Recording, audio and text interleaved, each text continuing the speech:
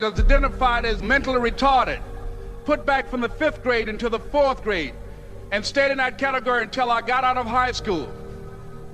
I don't have any college training, but I met a high school teacher who one day changed my life. I was waiting on another student, and when he came in, he said to me, "Young man, go to the board and write what I'm about to tell you."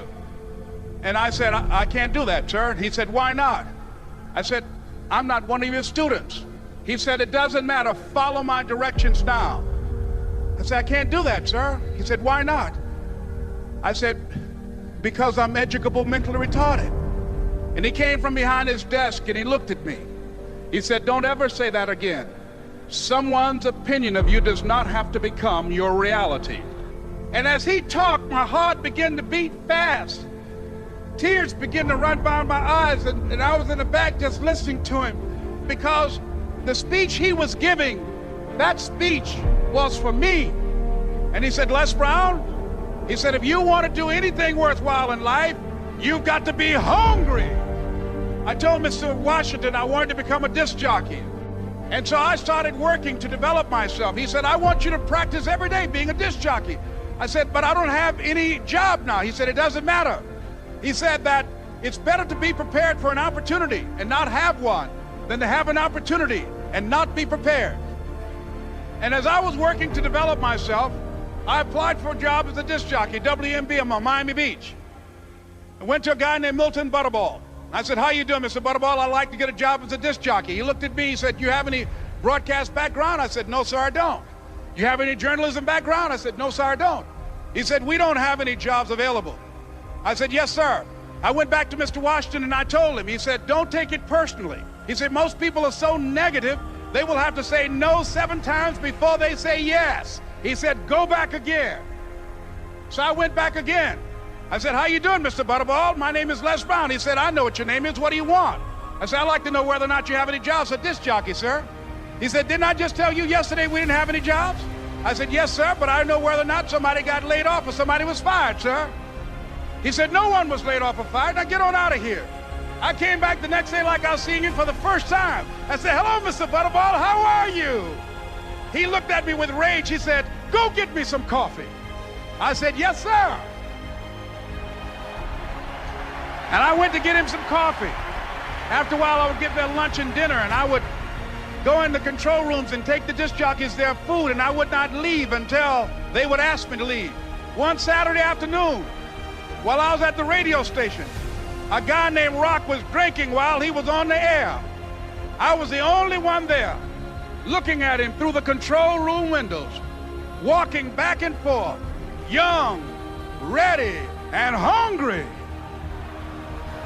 Pretty soon the phone rang, and it was the general manager. And I answered the phone. I said, "Hello?" He said, "Les, this is Mr. Klein." I said, "I know." He said, "Rock can't finish his program." I said, "I know." He said, "Would you call one of the other DJs in?" I said, "Yes, sir." I hung the phone up. I said, "Now he must think I'm crazy." I called my mom and my girlfriend, Cassandra. I said, "Y'all turn up the radio and come out on the front porch. I'm about to come on the air." I waited for about 20 minutes, and I called him back. I said, "Mr. Klein, I can't find nobody."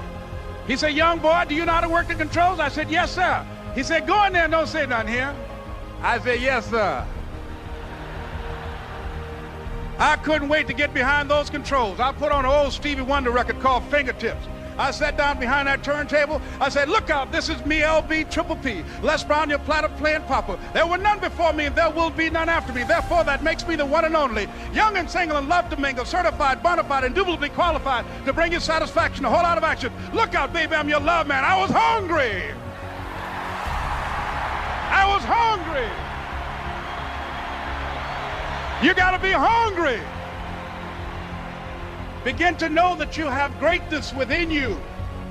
And if just one of you here begin to envision yourselves as being blessed and highly favored to reach your goals, if just one of you capture the essence of what that means, that you have greatness within you and a responsibility to manifest that greatness, that you can make your parents proud, you can make your school proud, you can touch millions of people's lives And the world will never be the same again because you came this way.